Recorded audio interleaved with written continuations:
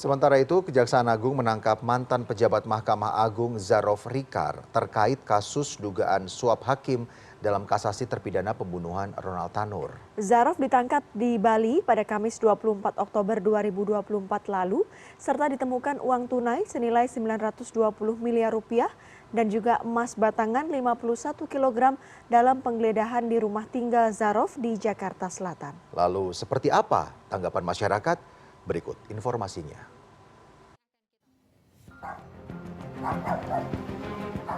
Publik dikejutkan dengan temuan barang bukti senilai lebih dari 1 triliun rupiah dalam kasus kasasi Ronald Tanur di Mahkamah Agung.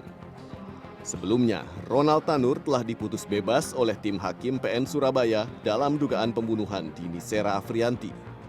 Namun keputusan bebas tersebut akhirnya dianulir Mahkamah Agung. Ronald diketahui divonis bebas oleh tim hakim dalam kasus pembunuhan Dini Sera Afrianti di Pengadilan Negeri Surabaya. Bagaimana tanggapan masyarakat terhadap dugaan suap kepada hakim tersebut? Penegakan hukum di Indonesia terkait dengan kasus ini sangat miris ya.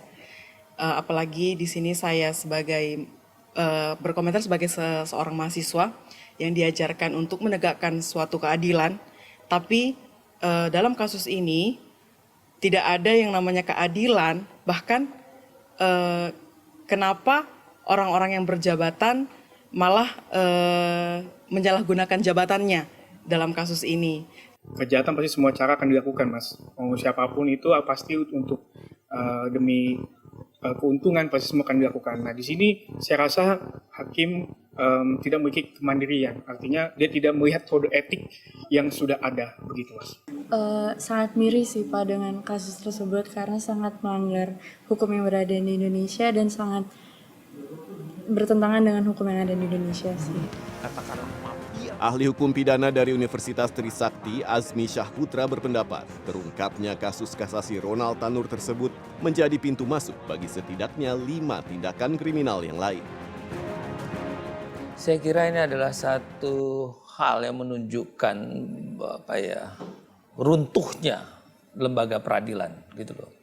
Runtuhnya lembaga peradilan karena dari kejadian ini sebenarnya banyak spektrum yang tampak. Saya mungkin setidaknya ada 5-in-1 criminal. Jadi dalam satu pukul ini sebenarnya ada terbentuk 5 bentuk tindak pidana. Setidaknya ada tindak pidana korupsi yang nanti akan dilakukan. Ya kan karena menyalahgunakan jabatan, kesempatan, sarana segala macam.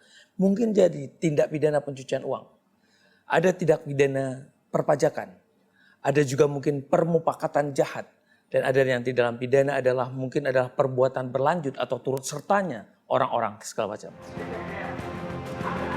Azmi menyarankan sebaiknya Mahkamah Agung dan Kejaksaan Agung bisa transparan dan menjelaskan sejelas-jelasnya kasus tersebut untuk memperbaiki kepercayaan publik terhadap kinerja lembaga peradilan Indonesia. Selain itu, Mahkamah Agung sebaiknya segera melakukan audit jabatan serta putusan-putusan pengadilan terkait kasus-kasus strategis dan memiliki nilai ekonomis tinggi dalam rentang 10 hingga 15 tahun terakhir. Agung Happy, Maranatha, Jakarta.